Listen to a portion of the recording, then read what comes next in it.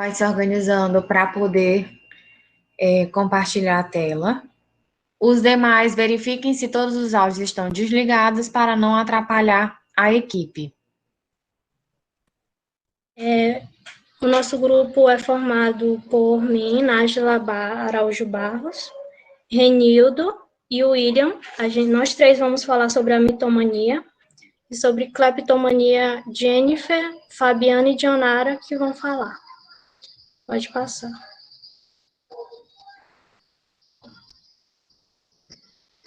Bom, a mitomania, também conhecida como mentira patológica e pseudologia fantástica, é a tendência duradoura e incontrolável para a mentira.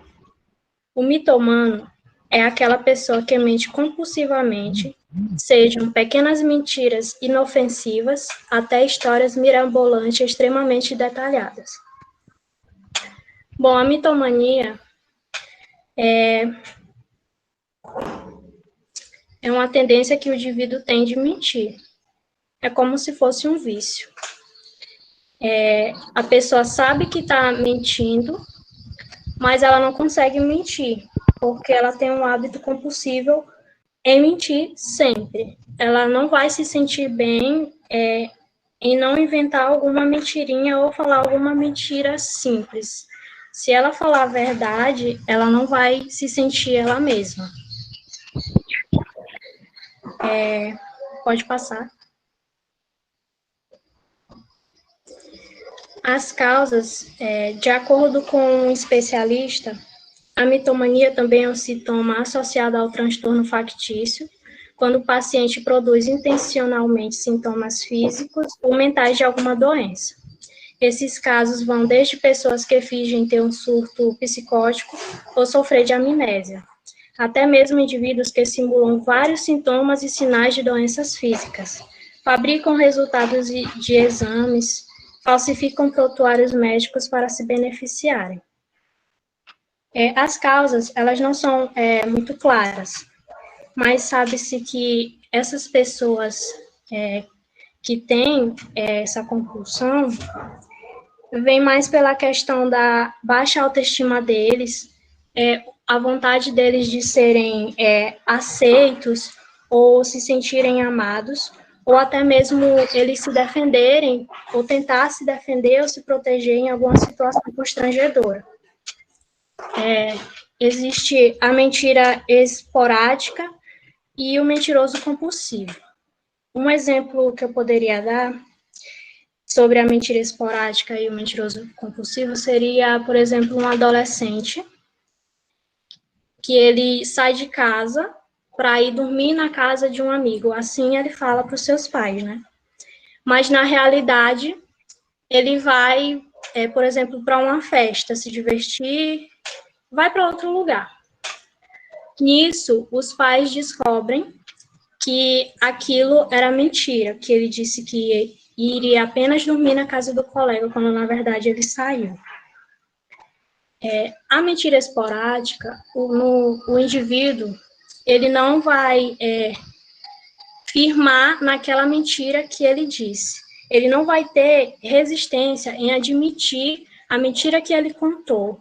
Ele vai sempre contar a verdade. Já o mentiroso compulsivo, nessa questão, ele não vai admitir que mentiu.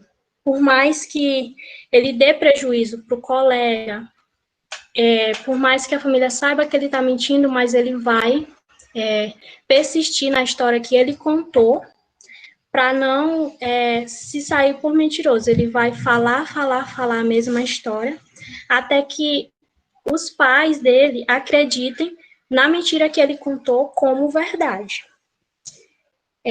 Tem uma questão também que eu li, que é se o mitomano ele acredita nas próprias mentiras. Quando isso ocorre, já é um nível bem delicado e alto, né?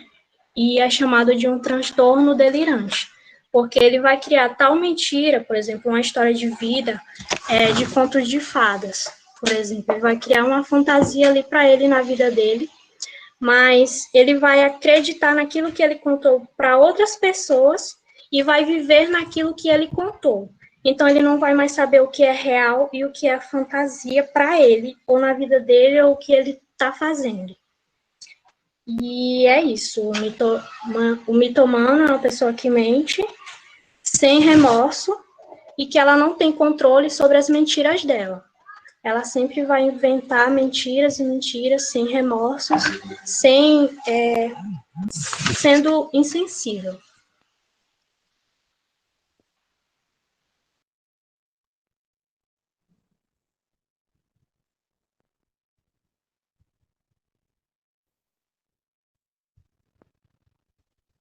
Boa tarde a todos. Meu nome é Renildo Aguiar e, como vocês podem ver, eu irei falar um pouco mais sobre o diagnóstico, né, de como reconhecer um indivíduo mitomaníaco.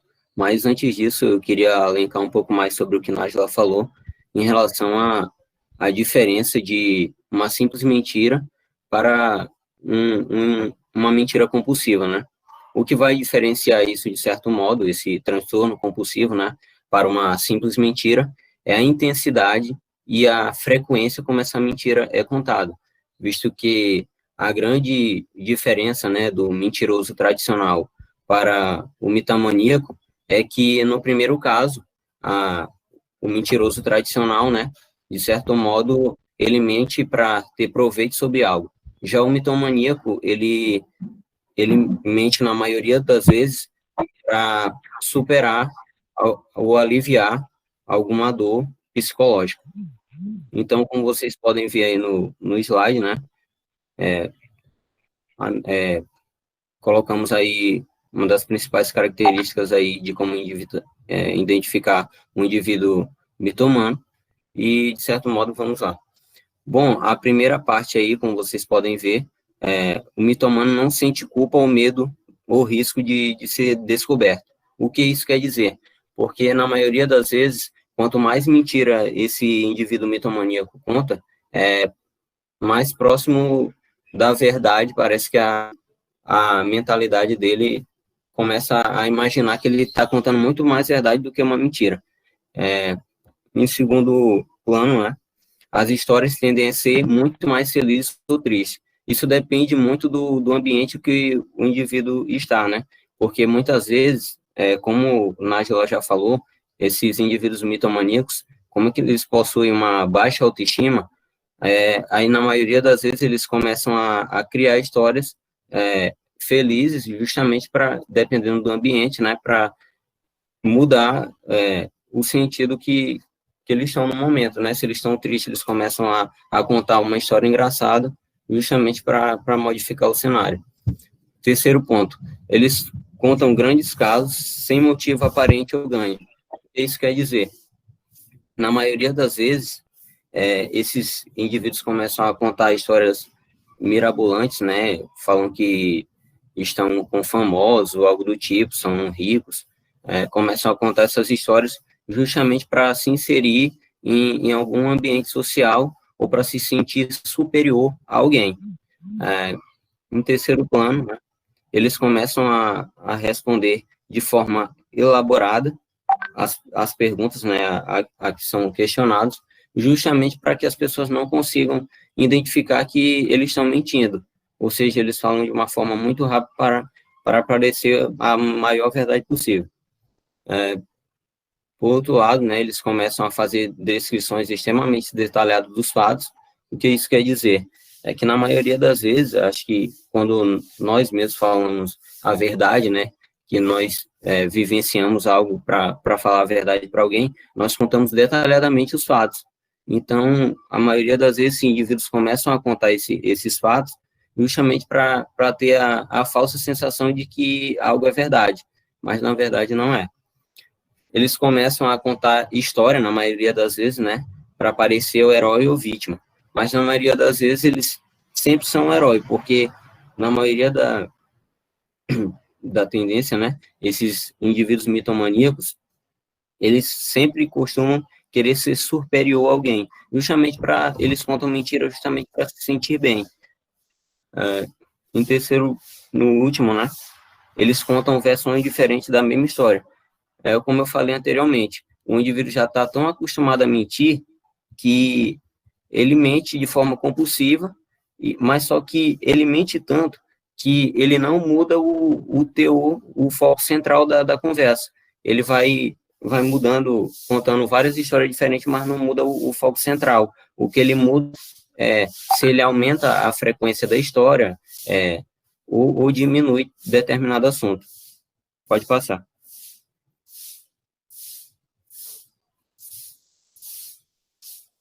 Bom, falando em relação aos tratamentos, né, também fiquei com a parte do tratamento. Vale ressaltar também que, brincadeiras à parte, mas antes que alguém pense que existe algum remédio para mentira, né, eu costumo dizer que o melhor remédio para mentira é falar a verdade. Então, lógico que existem diversos tratamentos, né, algumas sessões psiquiátricas e psicológicas, né, o indivíduo tem que ter um acompanhamento profissional, mas eu sempre costumo dizer, por se tratar de um transtorno compulsivo, né, esse indivíduo, a cura depende exclusivamente do psicológico do paciente, né, justamente para começar a entender o que leva a ele criar tanta mentira, né. Então é isso.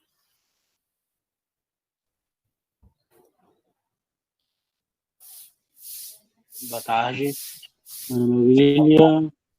Eu fiquei responsável pela parte da relevância para o direito. Analisando bem todos os temas e afins, todo o tema, na verdade, afins, percebemos que para o direito não há artigo no nosso Código Penal brasileiro, de leis, que punam um mitomano.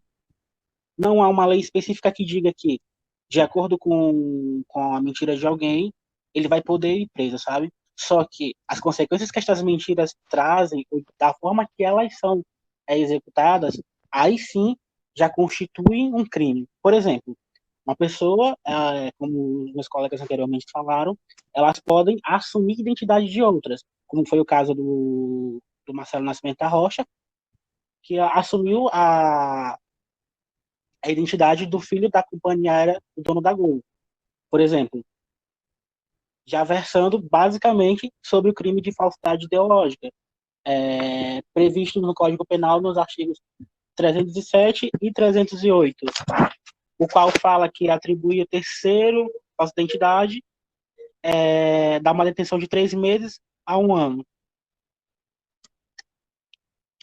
Nós temos também uma das consequências que essas mentiras podem trazer, como nós já falamos anteriormente também, eles podem modificar prontuários médicos ou até mesmo atestado. Sabemos que também, quando isso acontece, o médico ele pode ser cassado o seu doutorado pelo Conselho Regional de Medicina, e o funcionário que levou, o mitomaníaco que se beneficiou daquilo, pode acabar tendo uma demissão por justa causa, no caso. O veredito se dá a partir da análise probatória. O que é essa análise probatória? O que é algo probatório? Algo probatório é aquilo que relativo a provar, que contém prova. Então, documental ou mesmo o testemunhal. Em casos de audiências públicas, ou então de audiências mesmo comuns, onde nós temos um réu, onde ele apresenta histórias muito longas e todo o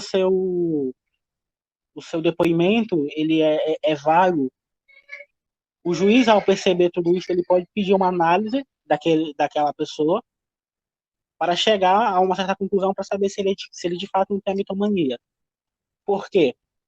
Em primeiro plano, a mitomania, em alguns casos, ela tem que ser o indivíduo que sofre deste mal tem que procurar ajuda, porque no caso ele acaba perdendo muitas coisas e acaba vivendo sobre ameaças de ninguém mais vai acreditar, tendo em vista que ele mente para se satisfazer e colocar uma autoestima mais em cima, como o Renildo tinha falado mais cedo. Por exemplo, ele diz que ele tem amanhã alguém, sei lá, eu, por exemplo, digamos que eu sou mitomano, eu tenho um treino amanhã pela manhã, e aí a professora chega e pergunta para mim, William, o que você vai fazer amanhã de manhã? Eu chego, amanhã de manhã eu vou sendo que eu só tenho um treino, eu chego e conto uma história para ela totalmente irrelevante.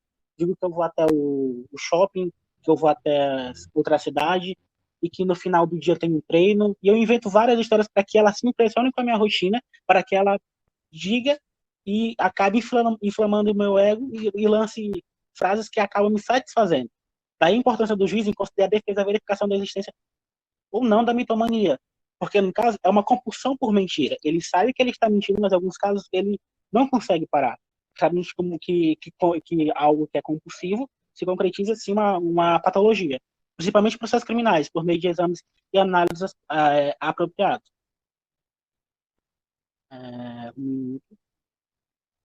Sobre atestados médicos, no artigo do Código Penal, do artigo 302 até o 311, fala claramente e pune, obviamente, os que fazem desta ilegalidade. Uma coisa muito comum nesses mitomanos é a capacidade deles de inventar uma história que beneficia eles e pareça ser muito, muito verdade. Então, digamos o seguinte, digamos que, às vezes, no momento de uma fofoca, por exemplo, alguns hormônios são liberados e acabam nos dando prazer e felicidade de estar ouvindo aquilo. Só que analisem bem como alguém que sofre deste mal e que mente por compulsão. Ele consegue inventar uma história, ele cria uma situação, ele difama e calunia alguém e traz todos estes campos para a vida de alguém que, na verdade, não tinha nada a ver com aquilo. Concretizando, assim, crime de calúnia e difamação previsto também em lei. Então, no caso, o que nos interessa aqui, de fato, as consequências que estas mentiras para o direito, as consequências que a mentira deixa pode nos trazer. Porque, na verdade, as pessoas dizem assim, uma mentirinha social não faz bem. Mas, na verdade, mentir nunca é comum. Mentir nunca é normal. A doutora Ana Beatriz, por exemplo, uma grande, se não me engano, ela é psiquiatra e psicóloga, ela trata deste assunto de forma muito clara. Ela diz que, em momento algum, vai ser benéfico mentir. Se tu tem alguma coisa e essa mentira, por mais que ela vá ferir o princípio, ou então tu tenha vergonha de falar, porque talvez a mentira vai te beneficiar mais, fale a verdade. Porque, no caso, tu vai acabar lidando com a tua personalidade mais forte e tu não cria o hábito da mentira. E é justamente isso que é tratado lá na terapia dos mitomanos, quando eles são identificados com isso e são levados a contar uma possível verdade. Porque, no caso, gente, digamos, uma mentira contada muitas vezes, ela acaba se tornando verdade.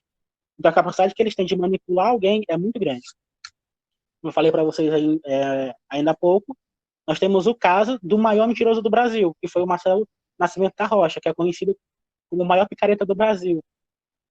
Ele tem um livro que chama História Reais de um Mentiroso, lá no final eu vou falar o que esse livro traz pra gente, e que ele se passou pelo filho da companhia da aérea da Gol. Aqui, se vocês perceberem bem esta imagem, vocês conseguem analisar lá atrás, bem... acho que não dá para ler muito, mas tem um distintivo, lá atrás tem Polícia Civil, e nós temos uma espécie de fita médica lá atrás. Claramente que ele foi detido após ser pego nessas suas mentiras. Nós temos também um caso famoso internacionalmente, desculpa, eu me perdi, internacionalmente, que é o de Frank William Jr., que ele é considerado o maior vigarista dos Estados Unidos.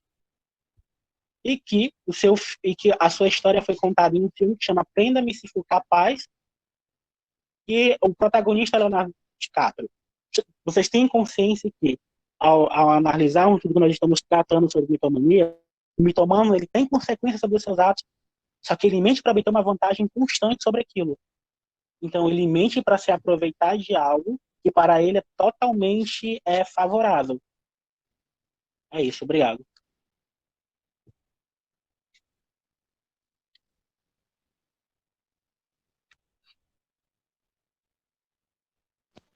Boa tarde, gente. Eu me chamo Jennifer e eu vou dar sequência à segunda parte do nosso trabalho, que é o tema cleptomania.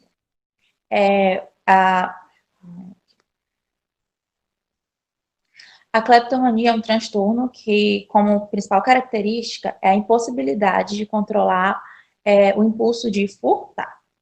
Caracteriza-se pela falha recorrente e persistente em resistir ao impulso de furtar, como eu acabei de falar. Furtar objetos desnecessários para o uso pessoal ou destituídos de valor monetário. Os objetos normalmente são guardados, dados a alguém ou mesmo jogados fora. Entretanto, alguns pacientes podem, de fato, desejar os itens roubados e utilizá-los, mas não necessariamente precisar deles.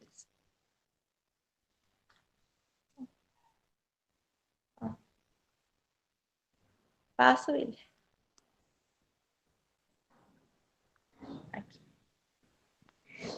Diferentemente de um furto planejado, a cleptomania não encontra motivação no valor monetário e não costuma ser um ato premeditado, a depender do indivíduo, da gravidade e do tempo em que carrega o transtorno. É possível classificá-la como esporádica, episódica e crônica. Sobre esses esporádica, episódica e crônica, não são os tipos de cleptomania, mas são as formas, né? Porque são pessoas que furtam há muito tempo, essas coisas. A esporádica é a pessoa furta uma vez na vida e passa um tempão sem furtar. A episódica a pessoa passa longos períodos furtando e tem períodos curtos, né, sem furtar. E a crônica, que é aqueles furtos constantes, que a pessoa não consegue parar, ou às vezes, quando consegue, é por um período muito curto. E a pessoa se sente culpada, aquela coisa toda, e dura, às vezes, a vida toda. Por se tratar de um comportamento atípico e constrangedor, é comum que o quadro de cleptomania se torne crônico, como eu falei, que são furtos constantes. Ou seja, muitas crises em pequenos intervalos de tempo. A causa da cleptomania é desconhecida, só que foi verificado que normalmente as pessoas que sofrem disso, tem pessoas na família que sofrem, tem um quadro familiar por trás. Mas pode ser que a pessoa tenha por ter, mas geralmente é porque tem um caso na família. Em geral, esses objetos furtados, as pessoas têm poder aquisitivo de comprar. Isso que eu queria falar, essa é a diferença de um furto normal para a cleptomania.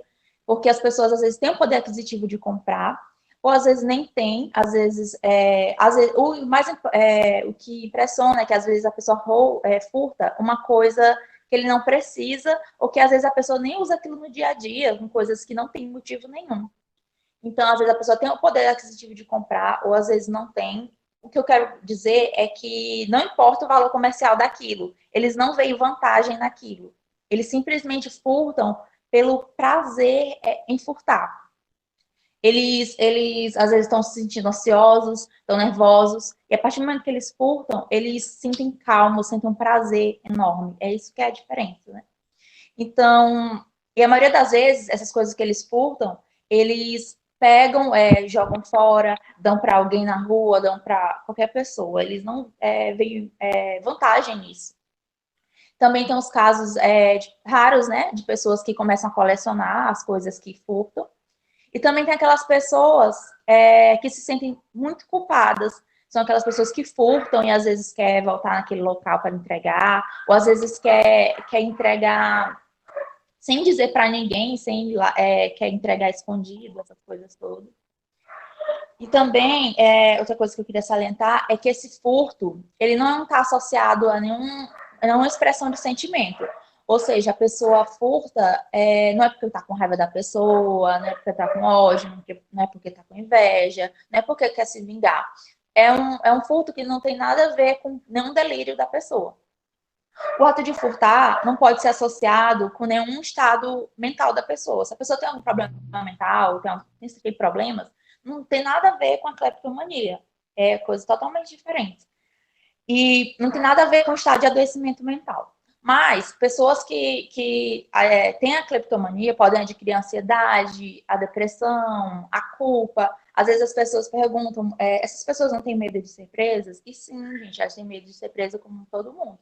Tem medo de ser presa, de perder seus bens, de ficar preso. Eles sentem culpados, têm depressão, e muitos deles começam a tomar remédio controlado sozinho, porque não querem admitir para as outras pessoas. Então, eu vou falar aqui, ler o que diz lá. Quais são os principais sintomas da cleptomania? O acúmulo de objetos sem motivo aparente. Pode até ser que o indivíduo com cleptomania se desfaça deles após o uso. Como eu já falei, ele se desfaz, ele não vê vantagem naquilo. Dificuldade de resistir à vontade de furtar. Eles não resistem, eles não é porque eles querem, é porque acontece, eles sentem a necessidade. Prazer ou alívio ao cometer o ato de apoderar de algo, se apoderar de algo, forte tensão e ansiedade antes de furtar, execução de furtos que não são motivados por delírios, tampouco por vinganças, isolamento de pessoas queridas em decorrência do comportamento e da incapacidade de controlá-lo, sensação de medo, receio e culpa.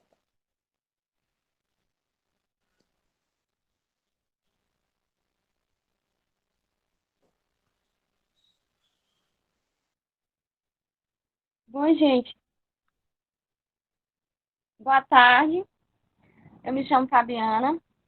Eu vou dar continuidade à nossa apresentação com o tratamento e diagnóstico da cleptomania. Não existe cura, mas existe tratamento com psicoterapia e medicamentos como antidepressivos, onde pode ajudar a interromper o ciclo de roubos compulsivos. Tipo de tratamentos: terapia comportamental ou terapia cognitivo-comportamental, a TCC. Essa terapia ela desenvolve métodos que ajudam a pessoa a ter o autocontrole e evitar o furto, relembrando fases que remetem à culpa sentida após o furto e o perigo que é roubar. Psicoterapia: tratamento de distúrbios mentais ou comportamentais por meio de psicoterapia. Desensibilização sistemática: ela é um tratamento psicológico que ajuda as pessoas a superarem medos, expondo-as gradualmente a eles. Terapia cognitiva: essa psicoterapia que se concentra na substituição de pensamentos negativos e distúrbios por pensamentos positivos e precisos. O medicamento utilizado é o inibidor seletivo de recaptação de serotonina. Ela alivia os sintomas de depressão e ansiedade. Geralmente, diagnosticável pela própria pessoa, a cleptomania é uma doença grave que causa um desejo irresistível de roubar itens que não são necessários e geralmente possuem pouco valor. As consequências podem incluir perda de emprego, multas financeiras e problemas com a lei. As pessoas podem ter no comportamento compulsivo, impulsividade, impulso de roubar ou prazer após o roubo. No humor, ansiedade ou culpa, e também é comum depressão. Existem alguns especialistas que cuidam da parte da cleptomania, que é o psicólogo clínico, que ele trata de transtornos mentais, principalmente com medicamentos. É o psiquiatra, que ele faz os tratamentos mentais, principalmente com medicamentos.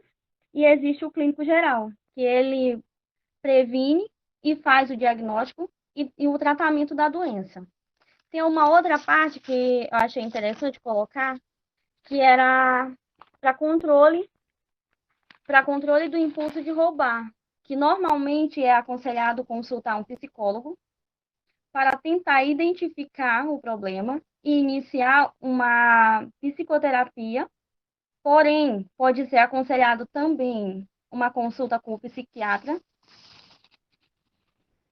É muito importante também para desenvolver métodos que ajudem a pessoa a se controlar e evitar os furtos. Esse tratamento ele é demorado e uma parte fundamental dele para ser feito um controle desse distúrbio é o apoio da família para controlar sempre essa questão de furtos.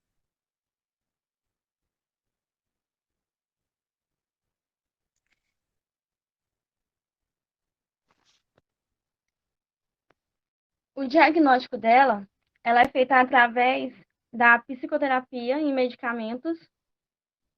E geralmente essa doença ela é descoberta pela própria pessoa. Ela é uma doença grave que causa um desejo irresistível por roubar.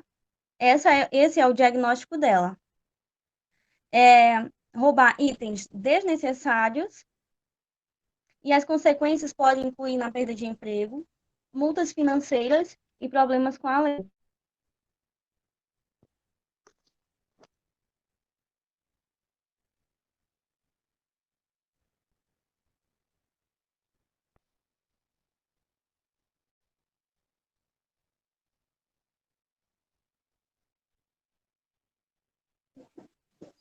Boa tarde, meu nome é Dionária, agora eu vou falar da relevância para o direito em relação à cleptomania. Interessa diretamente ao direito civil,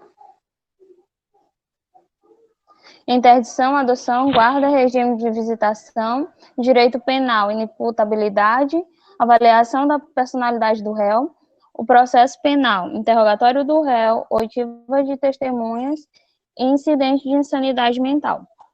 No caso, essa relevância que a gente colocou aqui, esses três, não cabe somente à cleptomania, cabe a todos os tipos de transtornos compulsivos. Vamos falar aqui no direito civil. Eu vi um caso em relação à guarda.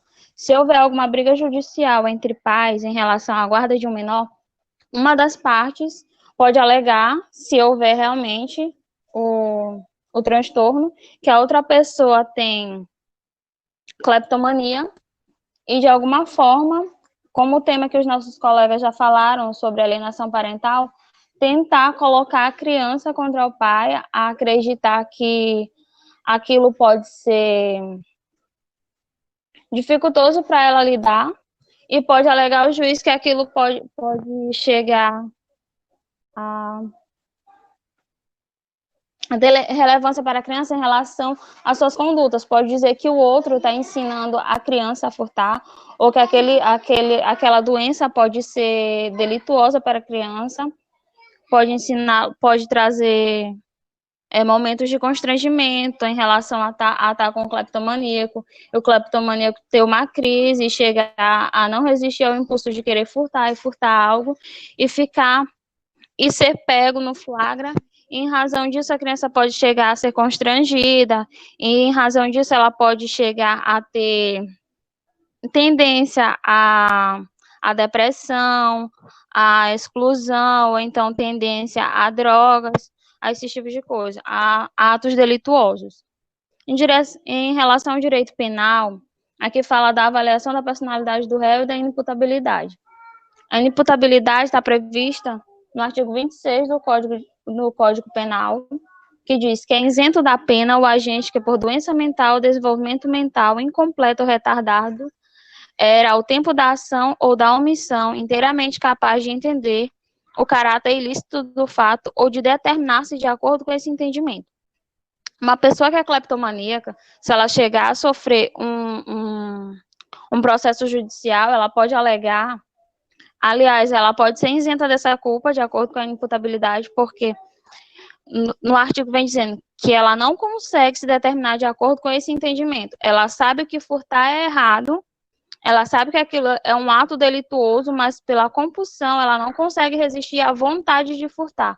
Mesmo ela sabendo que é um ato ilícito, que ela pode pagar por aquilo, se ela não conseguir resistir àquilo, ela pode sim vir a ser julgada, pode ser processada, mas ela pode ser isenta da culpa, dependendo da situação. Aí vai depender, ela pode fazer uso da inimputabilidade, quando ela sabe que é errado, mas não tem condições de resistir àquilo, de evitar aquele ato delituoso. Aí vem a questão da avaliação de personalidade do réu. Quando, no momento, por mais que a pessoa seja cleptomaníaca, vai depender do objeto que ela furtou, porque a cleptomania é caracterizada pelo ato de furtar coisas pequenas e insignificantes. Então, se a pessoa é diagnosticada com cleptomania e furtar um carro, aí já é demais. Já é algo grandioso. Então, não foi algo que ela pegou e colocou no bolso. Ela é costureira e, tipo, roubou um anzol, furtou um anzol. O que ela vai fazer com o anzol? Em relação a isso, eles vão analisar a avaliação da personalidade do réu. Porque existem cleptomaníacos também que eles se aproveitam da sua doença, da sua situação, para realmente furtar pessoas, para realmente se satisfazer. Existe esse tipo de pessoa que é doente, é cleptomaníaco, não consegue resistir, pode estar em tratamento ou não. Às vezes eles começam o tratamento, entendem a doença e começam a se valer daquilo para cometer delitos. Tipo, eu tô com fome, eu sou cleptomaníaca, cheguei no supermercado, eu furtei um biscoito. A minha desculpa é que eu sou cleptomaníaca, mas no momento estava com fome. E em relação a isso, geralmente os casos que são levados a julgamento, geralmente tem câmeras de segurança, geralmente tem testemunhas. Então, dá para diferenciar, de acordo com o laudo psicológico, se a pessoa é realmente cleptomaníaca ou não. Porque antes de um pico de furto, antes de um momento de furto, ela fica excitada, ela fica muito estressada, ela fica muito ansiosa. Então, dá para perceber na pessoa que ela não está bem. Se não aparecer esse conteúdo, é porque realmente foi um furto que ela realmente quis fazer. Algumas conseguem disfarçar, mas o comportamento geralmente muda. A ansiedade, a excitação. E após o furto, elas chegam a ficar num êxtase, um relaxamento, ou então vem a culpa. Elas geralmente vão se elas estiverem com alguns parentes, alguns familiares, pessoas que gostem, elas se sentem culpadas, elas se afastam dessas pessoas, elas ficam para baixo realmente. Por isso que a tendência de geralmente, pessoas que têm esse tipo de transtorno, elas têm tendência à depressão por conta disso. Aqui no processo penal, interrogatório do réu, oitiva de testemunhas, incidente de insanidade mental. Nesse incidente de insanidade mental, geralmente, aliás, no processo penal, geralmente eles vão adicionar o diagnóstico, o laudo psiquiátrico ou psicológico, vai ser colocado provas, as testemunhas que podem identificar se a pessoa estava nervosa ou não, como ela ficou antes, durante e após o furto. Isso pode inocentar a pessoa. Isso pode levar a pessoa a adquirir o direito de inimputabilidade, que é quando ela comete um delito, mas não tem a real capacidade de entender que aquilo realmente foi um delito, ou então ela reconhece que é um delito, é um ato ilícito, mas não consegue se conter e não cometer aquele ato. Pode passar. Aqui os casos. Temos 2 casos bem interessantes. Temos o Rabino, o Henry Sobel. Ele foi preso em Miami. Tô ceguinha, gente, desculpa. Acho que foi nos Estados Unidos. Ele foi preso porque ele roubou gravatas de uma loja da Louis Vuitton. Foi encontrados no carro dele. Depois de um tempo, ele era presidente de alguma congregação de rabinos aqui no Brasil. Depois de um tempo, em uma entrevista, ele admitiu que ele tomava remédios controlados, com certeza pela compulsividade, né? Pela impulsão que ele tinha. Mas aí mostra um caso bem, bem real, que muitas pessoas chegam a exercer, a se automedicar. Isso é muito comum. Eu estou muito impulsivo. O que toma para compulsão, para impulsividade, para ansiedade? Toma isso, pesquisa na internet e começa a tomar por conta própria. Não tem um diagnóstico próprio, não faz um tratamento. Isso acaba às vezes agrava o quadro, porque às vezes não é preciso medicamento e às vezes não é preciso só medicamento, precisa de terapia também. Então, por ele ter um cargo muito grande, isso é um caso bem relativo, porque por ele ter um cargo muito grande, muito importante, ele não quis abrir mão e achava que era muito vergonhoso a sua doença. Muitas pessoas por aí escondem, famosos, escritores, políticos, que têm esse tipo de coisa e só vem à tona quando eles são descobertos, quando são flagrados. Aqui temos a Atrina Winona Ryder também, que ela foi flagrada furtando mais de US$ 5.000 em uma loja. E aí ela foi ao julgamento. No primeiro julgamento ela não compareceu, no segundo julgamento ela deu duas versões, no qual uma ela dizia que ela não tinha furtado e tudo mais, na outra ela assume o crime, mas aí eles fizeram todo um laudo médico e constataram que ela realmente tinha cleptomania. Mais um caso em que ressalta a questão de que as pessoas...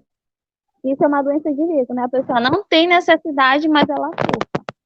O interessante aqui ressaltar é que muitas pessoas não entendem, ela simplesmente furta.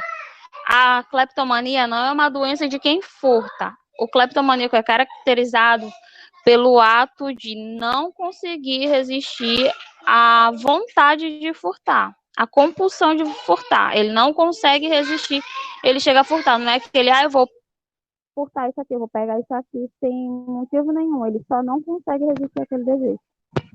É isso. Obrigada. Aqui nós temos só umas indicações novas para vocês, que é do VIPS, que é tem o autor, é o próprio Marcelo Nascimento da Rocha, que ele traz, conta a história dele, ele traz elementos de alucinação, baixa autoestima. Nós temos Como Identificar um Mentiroso, que é de David Craig, sei lá como isso, porque ele mostra os tipos de mentira que nós tratamos lá no início e nos atrai com essa leitura para que possamos identificar um grau de mentira maior ou menor em alguém. E Eu Sei Que Você Mente, Aprenda a Detectar Mentiras, de George Frey, que é um criminólogo, ele é terapeuta comportamental e fundador da Universidade de Análise Comportamental da UAC. Nós temos também na Cleptomania o tradutor Criptomaníaco, outras histórias de Cornel Steele e Roube como um Artista, do diário. A apresentação por isso. Obrigado, boa tarde. Desculpa.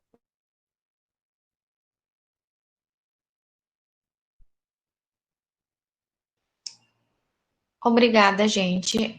Enquanto a segunda equipe já vai se organizando, por favor, eu vou só fazer aqui alguns comentários, tá? Às vezes, a gente diz assim, a pessoa tá furtando porque ela quer. Ela tá fazendo isso, mas ela tem noção do que ela tá fazendo. E a gente traz esses conceitos e essas doenças para que vocês possam ter uma noção de como é que funciona realmente, para que as pessoas possam ser julgadas a partir do ponto de vista de ter ou não ter uma doença mental. E quando tem, vocês terem conhecimento para saber quais são as características desse tipo de transtorno para conseguir lidar com essa situação. Por exemplo, no caso da mitomania, que é a questão do mentir, as pessoas mentem e nem sempre não. Elas acreditam naquilo como se fosse verdade. Até para a gente na clínica é um pouco delicado de tratar, porque a gente trata a partir da perspectiva do que o cliente está trazendo como verdade para a gente, ainda que a gente saiba que aquilo ali não é verdade. Mas é essa forma que a gente tem de conseguir ter acesso. E para vocês do direito é muito difícil julgar uma pessoa que tem mitomania, porque é possível, de como algum de vocês falou durante a apresentação, que agora eu não me recordo quem foi, mas no sentido de que ele fale alguma situação sobre o caso que não condiz com a verdade.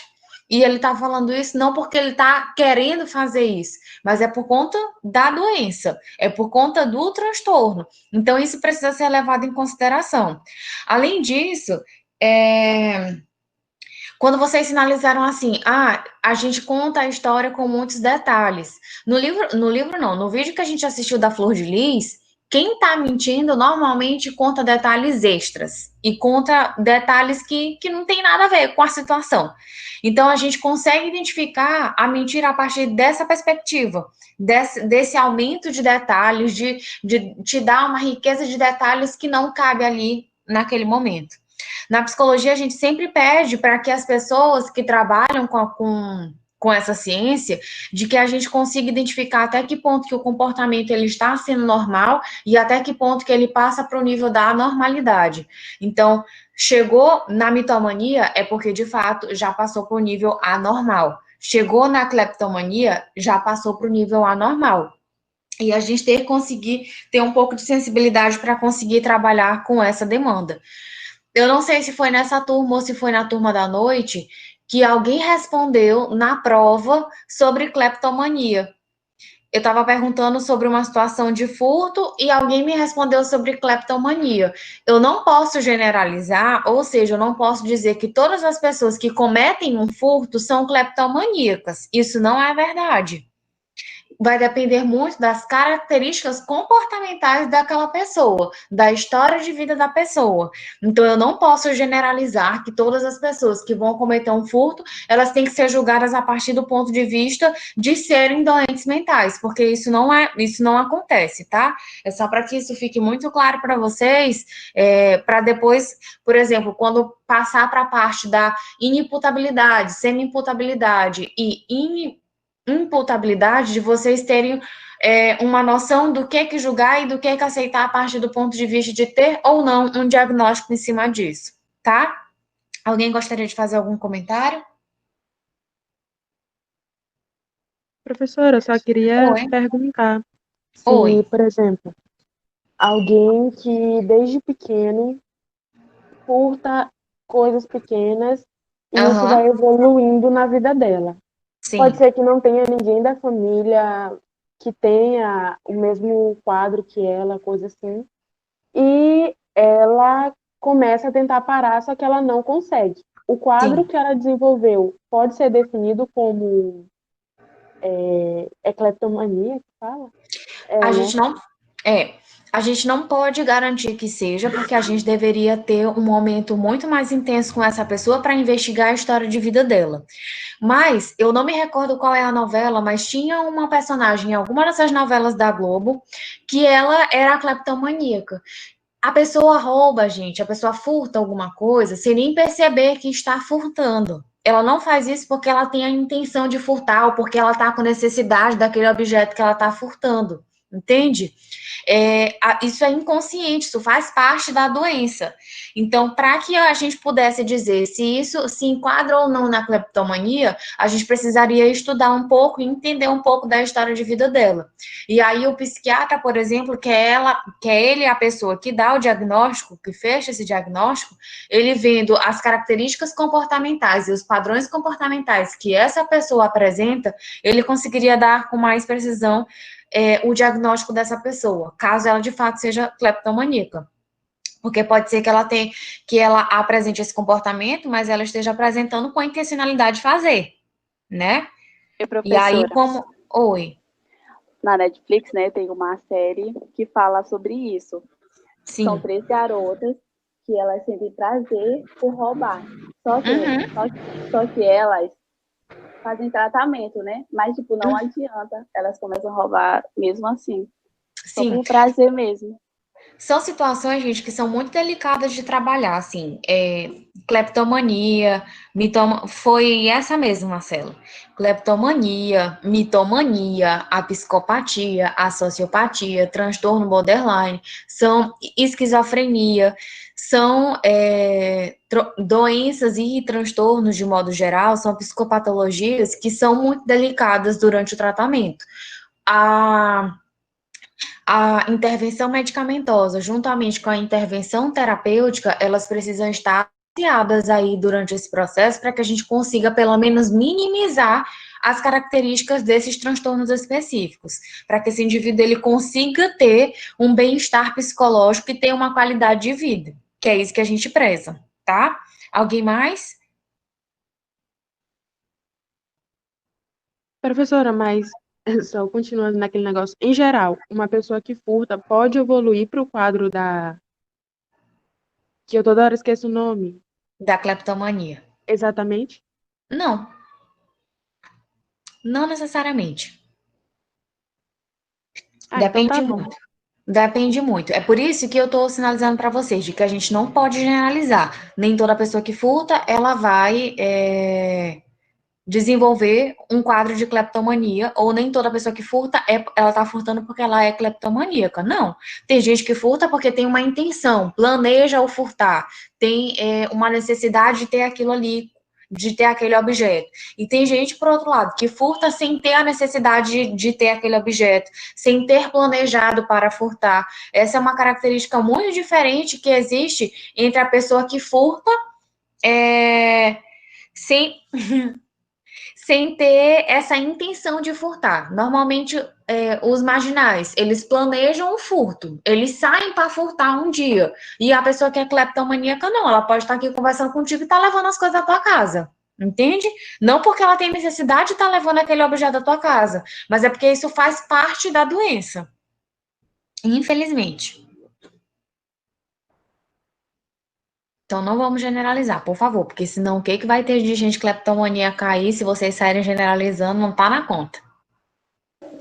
Professor, em relação a isso, eu acho que os pais têm uma parcela muito grande em relação ao marginalismo. Tipo, uma criança chega da escola com um brinquedo diferente. Diz que ganhou, pronto. Não procura saber o que aconteceu, quem foi que deu, em que situação. Aí todo dia uma coisa e outra, uma coisa e outra. No outro dia, aí depois descobre, pegou da coleguinha, pegou do coleguinha. E por aí vai, a mãe não procura jeito e acaba dando muitos marginais por aí. Minha mãe mandava devolver. Sempre mandou. E ela ainda me fazia passar vergonha. Ainda me fazia passar vergonha. Se eu aparecesse com um lápis no meu estojo, que ela sabia que não era ela que tinha comprado, ela mandava devolver. E ela aparecerá na porta da escola para dizer. Mas isso pode, sim, a gente também não tem como generalizar, mas pode ser um fator que influencie lá na frente, tá? Professora. Pode ser que isso aconteça. Rapidinho, Samara, uma coisa só para complementar o que tu falaste, Samara. Por exemplo, as pessoas que são cleptomaníacas, mesmo que elas vão para a prisão e fiquem lá por um tempo, paguem a pena delas, quando elas saírem, elas vão continuar furtando. E é possível que isso aconteça, inclusive, dentro do próprio presídio, porque faz parte da doença. Não necessariamente a pessoa que não é cleptomaníaca e que foi presa por um furto, ele vai sair da cadeia e vai continuar furtando. Não necessariamente. A intenção é de que a cadeia seja um processo, de que haja um processo de reflexão, que a gente sabe que é um pouco difícil, tendo em vista as condições do presídio, mas que ele não volte a fazer o que ele fazia antes. Tem muitas pessoas que, de fato, furtaram, não têm a doença da cleptomaníaca, não são cleptomaníacos, na verdade, e por conta disso conseguem se ressocializar na sociedade. Oi, Samara. Professora, é que quando eu era pequena, eu tinha muito de pegar as coisas, sem precisar nem nada, principalmente em escola, e levar para casa. E aí minha mãe perguntava e eu falava que eu tinha pegado, e ela mandava devolver e devolvia tudo. Só que eu tinha essa mania de sempre estar fazendo isso. Sim. Aí, só que não sei com mais ou menos quantos anos isso passou. Mas eu lembro que eu fazia isso, entendeu? A minha mãe lembra. Sim. E era todo tempo, só que acabou passando. Aí eu não sei, agora eu tô com medo. Não te preocupa, porque pode ser uma fase do chamar a atenção. E às vezes a gente chama atenção pelo comportamento inadequado. Professora.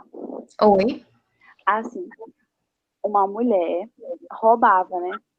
Aí ela teve um filho, aí ela parou de roubar há muito tempo. Aí, no decorrer que o filho dela foi crescendo, ele começou a roubar também. Isso é só para chamar a atenção, como a senhora falou aí, que a gente precisa chamar a Deus. Isso é muito relativo. Isso é muito relativo. A gente precisaria estudar um pouco da história de vida dele. É isso que eu preciso que vocês entendam. Nada pra gente da psicologia vem do nada. Nada é do nada. Tem questões que são hereditárias, genéticas, enfim, a gente entende disso. Mas para que a gente possa ter um olhar muito mais cuidadoso com aquele indivíduo, para que a gente possa levantar hipóteses diagnósticas sobre o caso de determinada pessoa, a gente precisa conhecer a história de vida. Eu não posso dar um determinado parecer só a partir de um pequeno relato. Eu preciso conhecer todo o padrão comportamental do indivíduo para que a gente possa chegar a um determinado fator, tá? Porque senão, minha gente, a gente vai começar a se enquadrar em tudo quanto é raio de transtorno. Porque se vocês abrirem o manual dos transtornos mentais, muitos comportamentos se enquadram na gente. Muitos mesmos.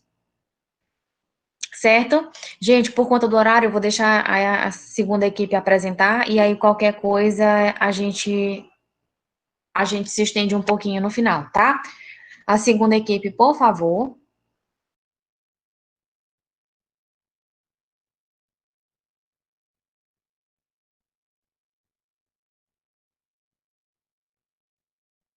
Quem está compartilhando a segunda equipe, só me faz um favor, aperta bem aí na barrinha de ocultar e coloca e amplia o slide.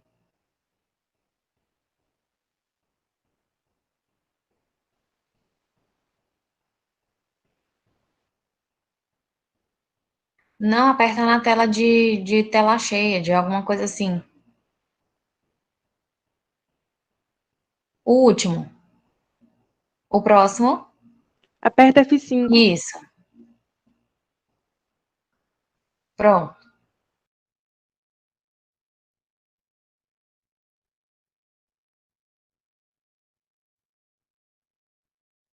Boa tarde. Eu e minha equipe vamos falar sobre drogadição. Ela é composta por Alan, Gerlane, que é eu, Elaine, Nayane e Laiane. O que é drogadição?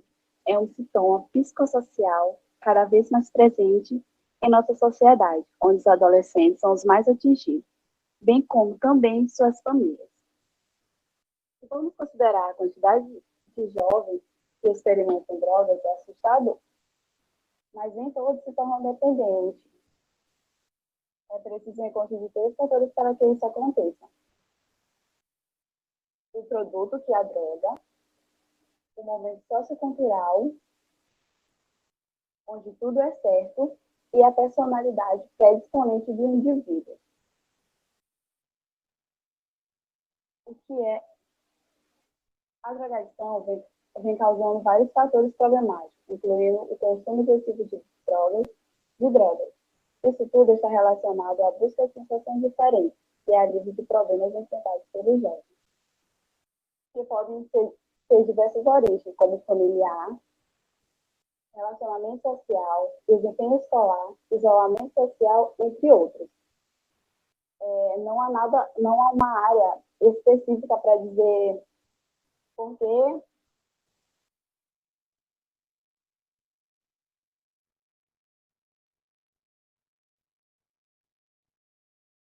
Espera, gente, eu tava de fone. Vou tirar o fone.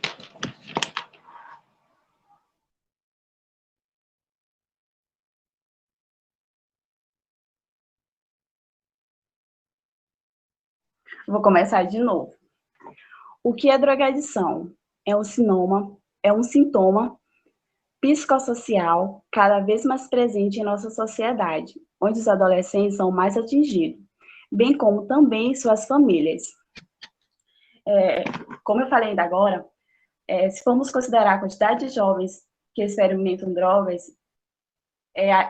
como é assustador, mas nem todos se tornam dependentes. Para que isso aconteça, é preciso o encontro de três fatores para que isso aconteça: o produto, que é a droga, o momento sociocultural e a personalidade predisponente. A drogadição vem causando vários fatores problemáticos, incluindo o consumo excessivo de drogas. Isso tudo está relacionado à busca de sensações diferentes e alívio de problemas enfrentados pelos jovens, que podem ter diversas origens, como familiares, relacionamento social, desempenho escolar, isolamento social, entre outros. Não há uma área de problemas que determinam a busca por drogas. Qualquer dessas dificuldades podem ocorrer e favorecer a busca de alívio e sensações diferentes.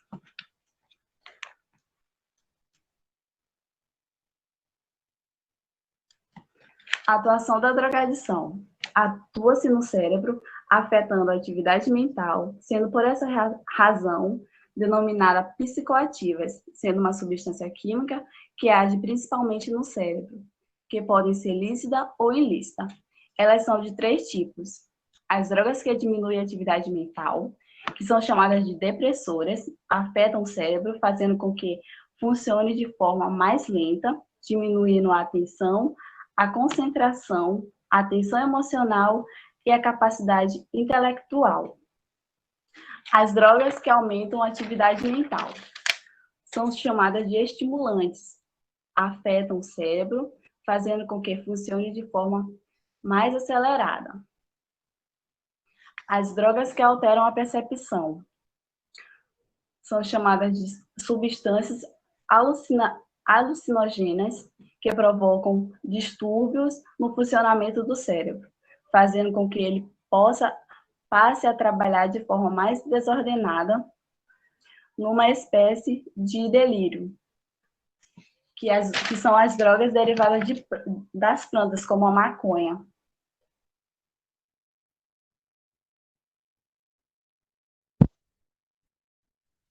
Agora eu vou falar sobre as formas da drogadição. Tá dando de me escutar?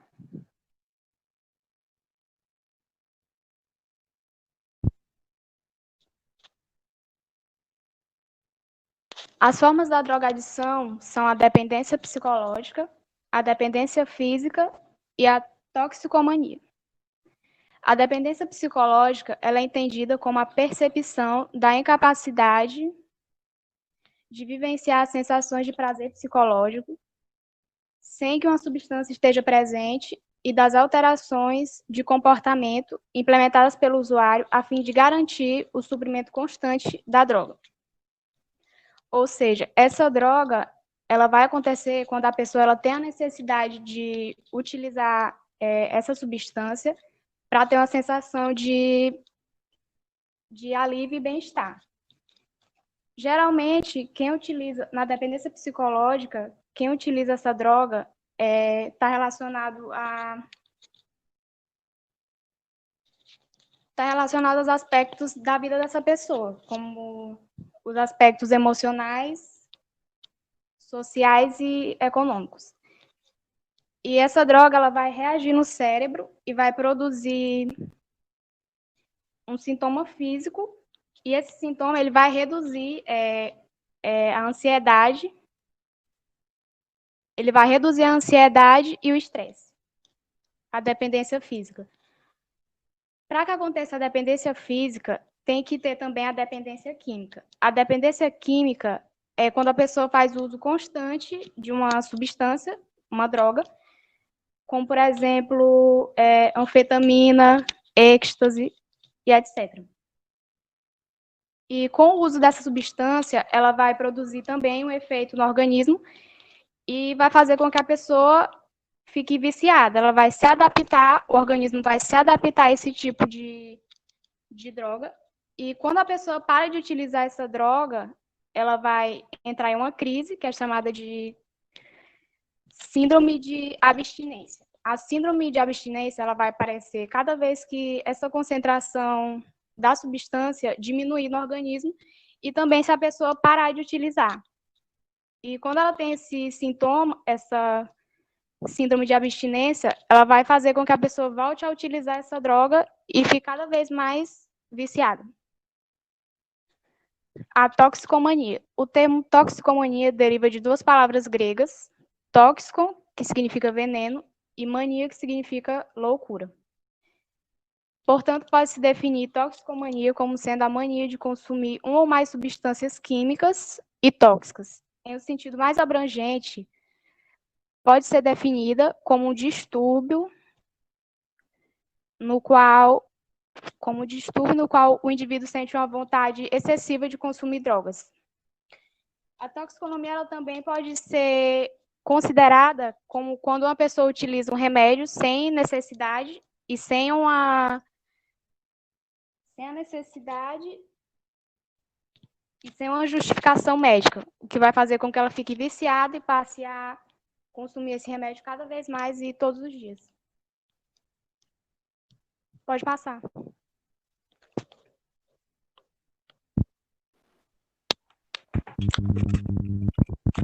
Boa tarde. Tá bom o áudio, a minha voz?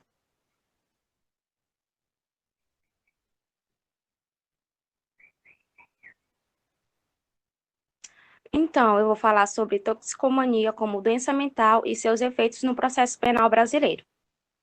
Gente, eu tô acompanhando pelo PC porque as letras são muito pequenas e eu tô sem óculos. O consumo excessivo de substâncias ativas sobre o psiquismo pode causar doenças mentais, portanto, faz-se necessário a compreensão exata dessas doenças mentais incapacitantes e seus efeitos no processo penal. O decorrer do processo é expresso na relação processual. Ou seja, quem não tem nenhum transtorno, mas começa a consumir uma droga, essa pessoa altera o equilíbrio neuroquímico do cérebro e isso pode precipitar ao início de sintomas que podem evoluir para o adoecimento. Quem já sofre de alguma doença primária, como a esquizofrenia ou psicose, ao utilizar drogas, ela pode piorar o padrão e adquirir outras doenças, como a depressão ou a ansiedade. Como a dependência de drogas produz efeito no processo penal? Por meio da constatação de substâncias ilícitas dentro do organismo do indivíduo durante a prática de algum crime. Ou seja, caso o indivíduo venha a sofrer uma ação e seja comprovado mediante exame que ele estava sob o efeito dessas substâncias ilícitas, o processo vai ocorrer e vai acontecer o caso que eu vou acabar de explicar aqui, né, que é relacionado à culpabilidade do agente. A presença de tais substâncias no organismo pode ter reflexo sobre a culpabilidade do agente. Isso quer dizer que a toxicomania pode implicar em exclusão da culpabilidade do agente. Isso porque essas substâncias ilícitas podem gerar incapacidade de entender o caráter ilícito da conduta. A dependência química dessas substâncias pode ser debatida no processo penal mediante comprovação de provas técnicas, especificamente o incidente de insanidade mental. O agente que pratica a conduta quando sujeito à ação dessas substâncias tóxicas é tratado pela lei nos mesmos termos reservados ao ébrio etílico, que são os crimes relacionados ao tráfico e ao porte de drogas, sujeitos a uma legislação especial. Se for comprovado, mediante o exame de insanidade mental, que o acusado, no momento da ação ou omissão, era capaz de entender o caráter da conduta e querer praticar o ato do ilícito do fato, será ele absolvido com a medida de aplicação de segurança com finalidade terapêutica. É o que deixa bem explícito o artigo 26, em combinação com o artigo 96 e seus respectivos incisos do Código Penal. O artigo 26, a Dionara acabou comentando ele, né, que ele é relacionado em certo de pena o agente que, por doença mental ou desenvolvimento mental incompleto ou retardado, era ao tempo da ação ou da omissão inteiramente incapaz de entender o caráter ilícito do fato ou de regra. E essa regra semelhante é encontrada no Código Penal Militar. O artigo 96 fala sobre as medidas de segurança que são disponíveis para as pessoas que sofrem desse distúrbio. Inciso 1º, a internação em hospital de custódia e tratamento psiquiátrico ou a falta em outro estabelecimento adequado, sujeito a tratamento ambulatorial. Pode passar. Se o réu faz o uso de substâncias químicas psicoativas capazes de alterar sua conduta e compreensão dos fatos, é necessário que se determine qual o grau de intervenção física que esta substância provoca no indivíduo.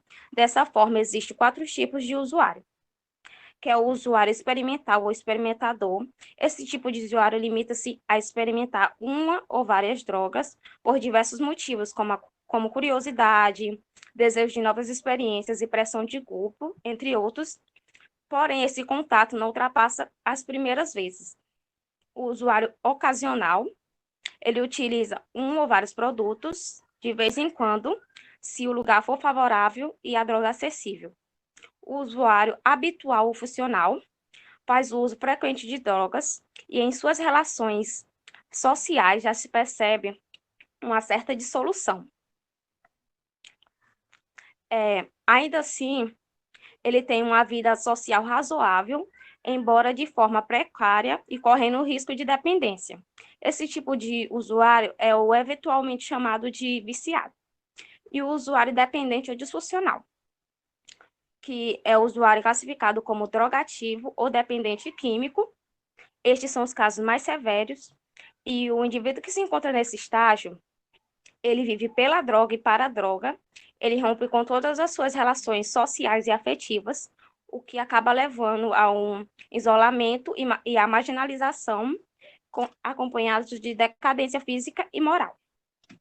A identificação do grau de envolvimento dos atores de delito com substâncias psicoativas deve ser devidamente considerado pelo juiz, de acordo com seu livre convencimento, motivado e se balizando em todas as características descritas. Pode passar.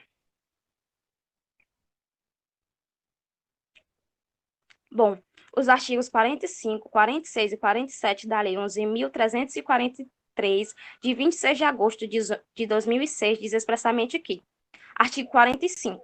Em certo de pena, o agente que, em razão da dependência ou sobre o efeito proveniente de fortuito ou força maior de droga, era, ao tempo da ação ou da omissão, qualquer que tenha sido a infração penal praticada, inteiramente incapaz de entender o caráter ilícito do fato ou de determinar-se de acordo com esse entendimento.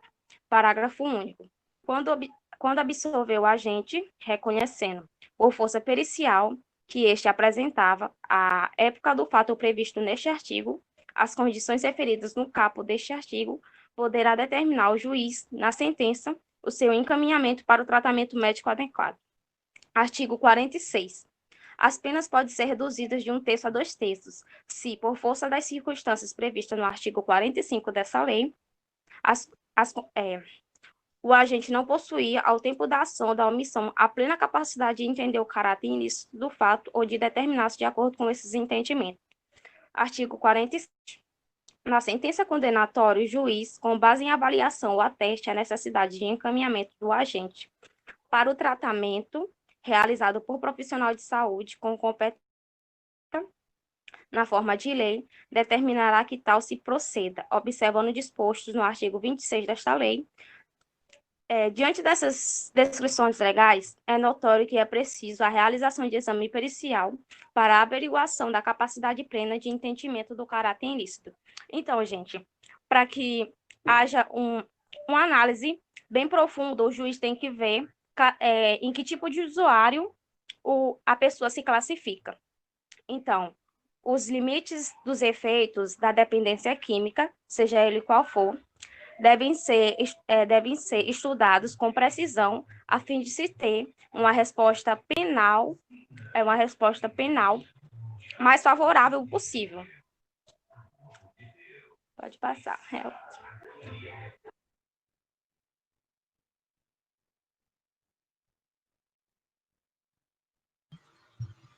Olá, boa tarde. Tá todo mundo me escutando bem? Sim. Ok. A gente vai agora para um tópico que é drogas e a família. Todo mundo sabe que a família é uma das instituições mais importantes para você viver em sociedade, porque é na família que você aprende valores, que você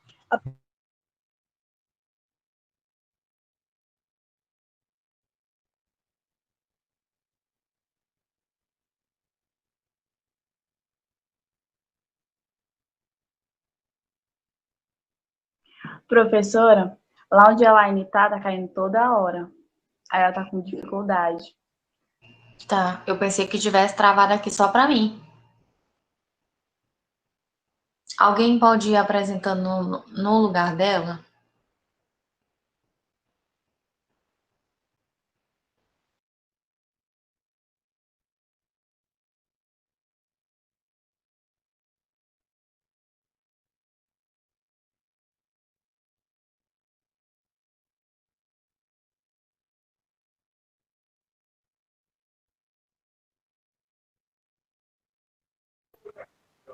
a gente tinha se candidatado para cada uma pessoa apresentar o parágrafo dela e explicar, caso ela não conseguisse acessar. Peraí, deixa eu abaixar o som do drogas e a família. O desafio na atualidade é com relação às drogas, lícitas ou não. A embriaguez e a dependência de drogas ilícitas, como maconha, cocaína, ópio, áxis, êxtase e fins, são grandes fatores que contribuem para a degradação familiar e a formação de enormes conflitos sociais, com prejuízos enormes para toda a comunidade. Ou seja, como a gente vê hoje em dia, muitos jovens, né, decorrente do trauma que ele tem, de como a família dele é, de como ele é tratado na família, ele procurar meios para preencher o vazio dele, o vazio existencial, e um desses meios que ele encontra para fugir de todo esse peso que ele carrega no mundo é as drogas, é o álcool, a bebida e as drogas que eu falei aqui. E isso proporciona a degradação da família, porque o pai e a mãe, mesmo que às vezes não tenham noção do fato, eles acabam contribuindo para que o filho fique mais pior nessa situação, né? Se degrada, a palavra não quer sair, mas a formação da família em si, eles mesmos sem perceber acabam contribuindo para que o filho entre mais numa situação pior. E quando os pais tentam ajudar seu filho, mesmo que ele, mesmo nessa situação, acaba a família se dividindo, porque o pai, como é a parte mais intacta, convicta, rígida, às vezes ele não cede, a mãe já cede, a mãe já busca, a mãe dá dinheiro para comprar droga, a mãe faz tudo por um filho, como a gente vê na nossa sociedade. Há reflexo profundo no que se refere aos efeitos trazidos pelas drogas. Não bastasse as consequências malignas, individualmente consideradas para o organismo e para o psique dos consumidores de drogas, suas famílias igualmente são afetadas de modo inquestionável. Ou seja, o jovem ou adolescente que vem a consumir a droga, ele não só afeta a si mesmo, mas toda a sua família. Pode passar.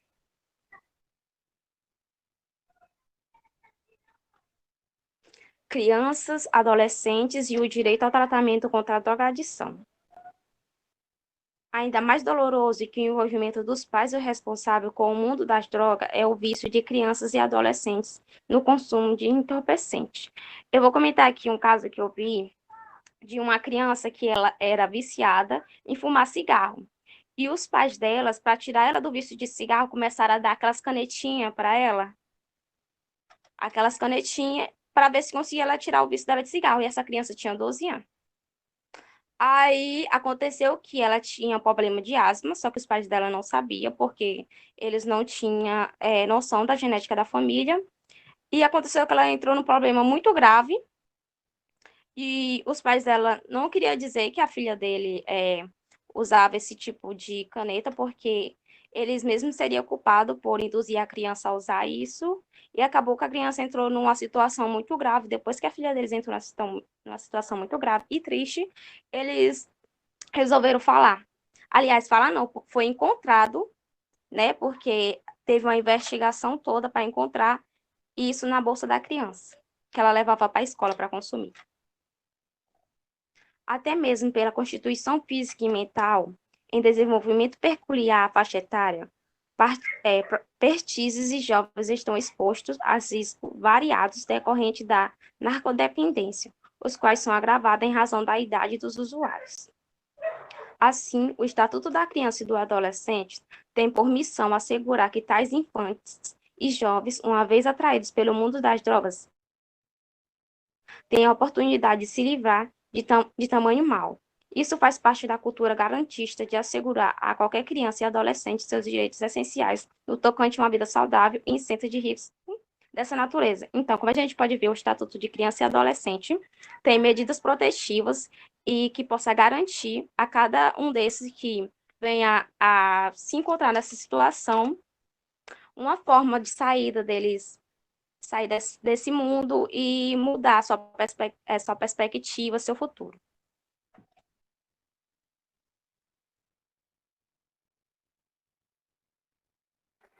Boa tarde. Sobre os desafios da droga. A droga é atrativa.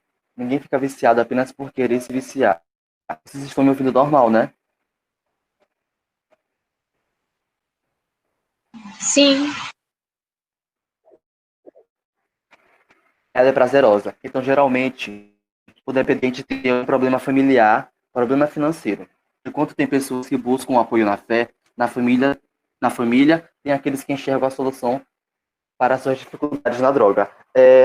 Eu acredito que um dos principais problemas da drogadição é que ela é atrativa, mas a questão é, o que leva uma pessoa a entrar no mundo das drogas? A verdade é que não existe uma regra clara ou algum contexto. Eu li vários depoimentos, na verdade, de pessoas, de ex-usuários e de usuários. E eu tentei encontrar um núcleo comum. E a maioria passava por problemas. Então, eles veem a droga como uma solução de resolver os seus problemas. A questão é, por que as pessoas veem a droga como solução dos seus problemas? Tem toda uma publicidade, digamos assim, atrás disso. Provavelmente eles conhecem alguém que já tenha usado, disseram para eles que aquilo ia resolver os seus problemas, porque o percentual de pessoas que usam drogas sem ter o total conhecimento é bem baixo. Então, alguém teve que mostrar para essa pessoa que a droga iria funcionar. O principal problema, a família. Quando surge a desconfiança de algum parente que tem outro parente no seu meio familiar que está usando drogas, surge aquela desarmonia. Alguns parentes entram em completo emocional, porque não conseguem aceitar. E é de fácil compreensão entender isso, porque não é fácil saber que na sua família tem algum dependente químico. E muitos crimes são realizados em decorrência... Mas já coloca esse slide, não. Muitos crimes em decorrência da dependência química, porque a dependência química é vista como uma doença.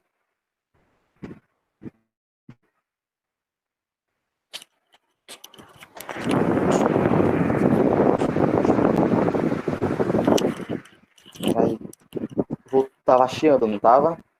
Deixa eu desligar aqui o ventilador. Só um pouquinho, mas já passou. Obrigado. Muitos crimes são realizados em decorrência da dependência química. Por quê? Porque um dia o dinheiro vai acabar. Não tem como a pessoa ser custeada para sempre com entorpecentes de drogas. Por isso que acontece desarmonia na família, porque muitas pessoas vendem, eu conheço casos de pessoas que já a vender tudo que tinha para poder comprar drogas. E, além disso, as pessoas foram além disso, começaram a de agiotas. E falar com agiota é praticamente morte certa. Aqui na porta da minha casa já faleceu um menino porque estava devendo R$100 na porta da minha casa. Eu tinha acabado de chegar e a rua estava lotada. Eu sem entender o que estava acontecendo, eu tinha 12 anos. E depois que eu descobri que o menino estava devendo R$100 para a agiota. Então, quando uma pessoa entra nessa vida, a vida dela passa a valer praticamente nada. Porque para a pessoa perder sua vida porque estava devendo R$100, a dependência ela é vista por muitos ainda como se fosse uma doença. E que a punição seria resolvida, por exemplo, com prisão, sendo ela comparada a um crime. E é totalmente errado. Até hoje, nos dias de hoje, nós já sabemos que o melhor tratamento para a drogadição são os tratamentos psicológicos e psiquiátricos e com remédios. Existe uma lei, a Lei 10.216, de 2001, que é a Lei Manicomial, que é junto ao Ministério da Saúde, e é ação gratuita para qualquer ser humano. Quando há casos que já estão em níveis altíssimos. É dever do Estado, porque o direito à saúde é a Constituição de 1988. Dessa forma, foi criado pelo Estado CAPS, que são Centros de Atenção Psicossocial. Então já está nítido que existem várias maneiras para tratamento de usuários de droga. Só que um dos principais que faltam ainda é o apoio quando você tem uma pessoa que está sofrendo com esses problemas, uma parte tende a ajudar e outra parte tende a se afastar, porque já sabe os caminhos que tem. Por exemplo, que eu conheço. A minha vizinha, ela tinha, no caso, um filho, né, que era usuário de droga.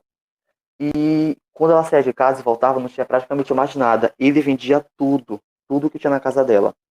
E uma pessoa assim precisa de tratamento. Só que já existem esses tratamentos, eles não chegam nas cidades mais distintas, por exemplo, como os interiores. Esses CAPs são mais colocados nas cidades, nas capitais, e cidades próximas à capital.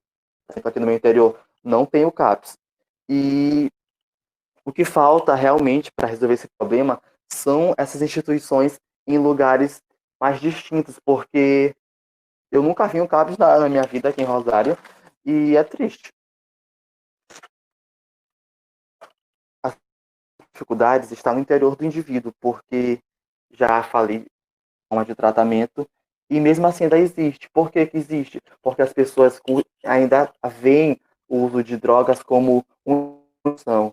É necessário que existam profissionais nas ruas, no caso centros, né, para poder alertar essas pessoas que existem outras maneiras, porque infelizmente as pessoas vão sempre estar tocando nessa mesma tecla, que vai usar a droga para poder resolver os problemas e tudo mais.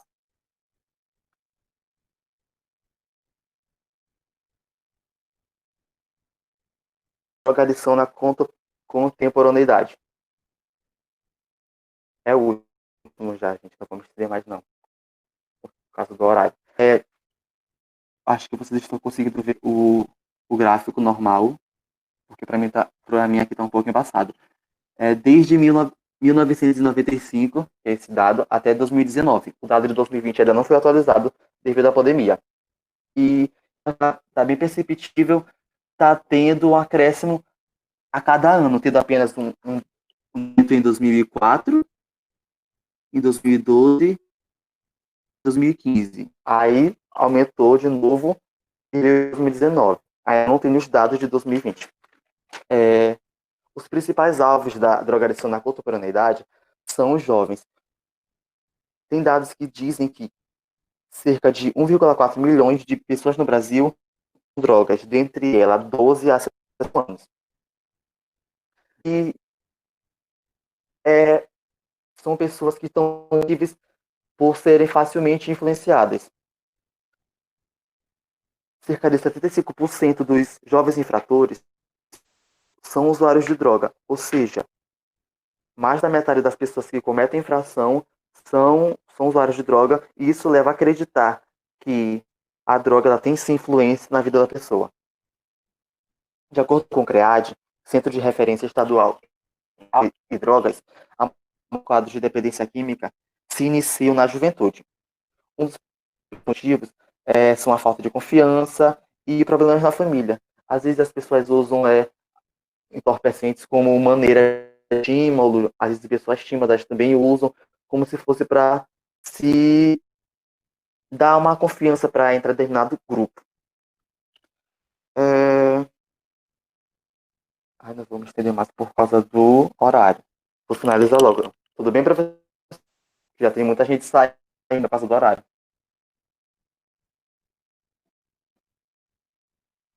É uma problemática social que persiste durante anos, né? Então é necessário que o governo ele coloque várias instituições nas escolas, porque a escola usa isso ainda hoje como um tabu.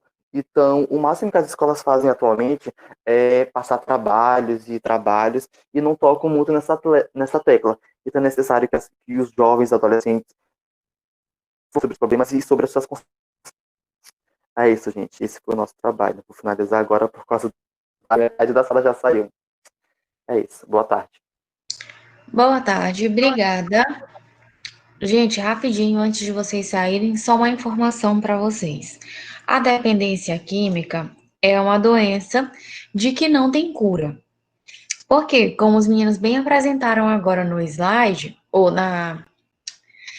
nessa apresentação, a dependência química ela é dividida em duas, na dependência psíquica e na dependência física. A dependência física, você consegue ter esse processo de cura, que é quando você não tem mais, você passa por um processo de tratamento onde você não tem mais a droga agindo pelo seu corpo. Então, você consegue ter a cura da dependência física. A dependência psíquica não tem cura.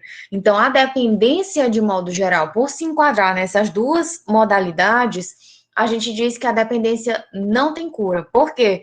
Porque a dependência psíquica é o que vai comandar aí todo o restante. Então, se você frequentar um local que você costumava usar drogas e você não tiver passado por um tratamento muito efetivo e tiver muita força de vontade para continuar limpo, para continuar sem usar drogas, a sua dependência, o seu psiquismo vai fazer com que você queira estar ali, porque ele vai te lembrar de todas as sensações de que você tinha quando você estava naquele determinado ambiente. É por isso que o tratamento com algumas pessoas se torna muito difícil, porque essa parte da ressocialização, ela precisa ser uma parte muito importante do tratamento. Eu preciso levar a pessoa para a clínica em algumas situações, e depois que ela sai da clínica, que passa por esse período em que não tem mais nenhuma droga agindo no corpo da pessoa, mas que agora eu faço tratamento da segunda parte. Eu a leve para os locais que ela costumava fazer o uso de drogas, seja ela lícita ou ilícita, e que eu faça todo um trabalho, um tratamento com essa pessoa naquele ambiente que ela estava, de modo que ela não faça de que ela não faça assim, né? De que ela não tenha mais acesso a essa droga toda a vida que ela frequentar aquele lugar em específico. Para deixar também vocês cientes de uma situação, a pessoa, ela não nasce alcoólatra, ela pode se tornar alcoólatra, e o alcoolismo, ela tem questões de hereditariedade. Então, por isso que, às vezes, eu digo muito para as pessoas, tenham muito cuidado, porque no primeiro momento eu estou bebendo de modo sociável, daqui a pouco eu já passo do sociável e eu paro quando eu quiser, porque eu sei que eu tenho controle sobre isso. Isso são falas muito marcantes de dependente químico.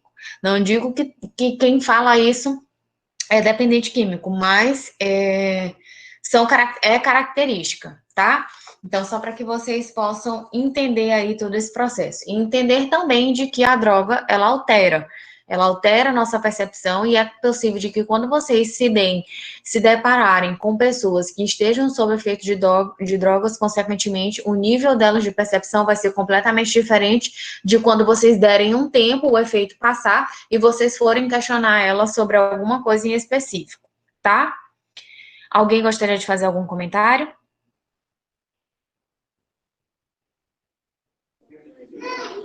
Professora, sobre isso, eu vi um caso de uma menina que ela tinha entrado num posto de gasolina. Quando ela saiu, ela esbarrou com um cara, né? Ela e a prima dela. Aí ela pegou uma estrada do deserto secada dos Estados Unidos. Ela estava indo para casa, aí um carro veio atrás dela, encostou. Só sei que o cara atirou na prima dela, atirou nela e ela teve que parar o carro. Aí ele tirou ela do carro, colocou no carro dele e foi dirigindo. Ela tentou diversas vezes fazer com que ele jogasse o carro, bateu nele e tal. Ele pegou um picador de gelo e ficou furando a perna dela todo o tempo. E ela já tinha levado o tiro e ficou furando a perna dela. Aí, certo que ele parou no local, ele estuprou ela. Depois do estupro, ele ficou perguntando o que estava acontecendo. Como ela já tinha ido em casas de reabilitação, lidava com esse tipo de gente que usava drogas, ela simplesmente disse para ele que estava tudo bem, que alguém tinha feito mal para ela e ele estava ajudando ela. Ela se vestiu toda calma e ele estava totalmente calmo. Aí ela foi pedindo ajuda para ele, convencendo ele de que ele estava ajudando ela, e ao mesmo tempo ela morrendo de medo daquela outra personalidade agressiva voltar. Sim. Aí ele levou ela para casa dele, aí ela pediu ajuda, depois de muito, foi chamada até a SWAT e tudo mais. Foi que ela todo o tempo dizendo para ele que ele estava ajudando ela. E quando a polícia se aproximou, que ela correu para a polícia, ele foi preso. mas sem entender, tipo, a droga leva a pessoa do céu ao inferno num piscar de olhos. É como se fosse duas pessoas, dependendo da droga, como se fosse duas pessoas em uma, que o humor da pessoa muda da água para o vinho. Pode ser que seja droga ou pode ser que seja transtorno de personalidade. Então, a gente não tem como, de fato, garantir sem antes fazer um toxicológico para poder saber se, de fato, tinha efeito de droga ou não, tá? Transtorno de personalidade também, isso acontece demais. A exemplo disso, o filme Fragmentados. Uma coisa para vocês, para a gente poder encerrar, que o horário já extrapolou. Lembrando, na próxima aula, a equipe 5, juntamente com a equipe 5, por favor, vai ser a discussão do livro da Suzane. Quem ainda não finalizou a leitura, finalize a leitura, porque nós iremos discutir sobre o livro na próxima aula, tá? Antes de mais nada, muito obrigada por vocês estarem aqui até esse exato momento. Bom final de semana. Aproveitem também para fazer a leitura do livro, que eu já vou dizendo para quem não leu, é um livro muito tenso, mas ao mesmo tempo eu acho que é um estudo de caso importante para vocês, tá? Bom final de semana, aproveitem, até semana que vem.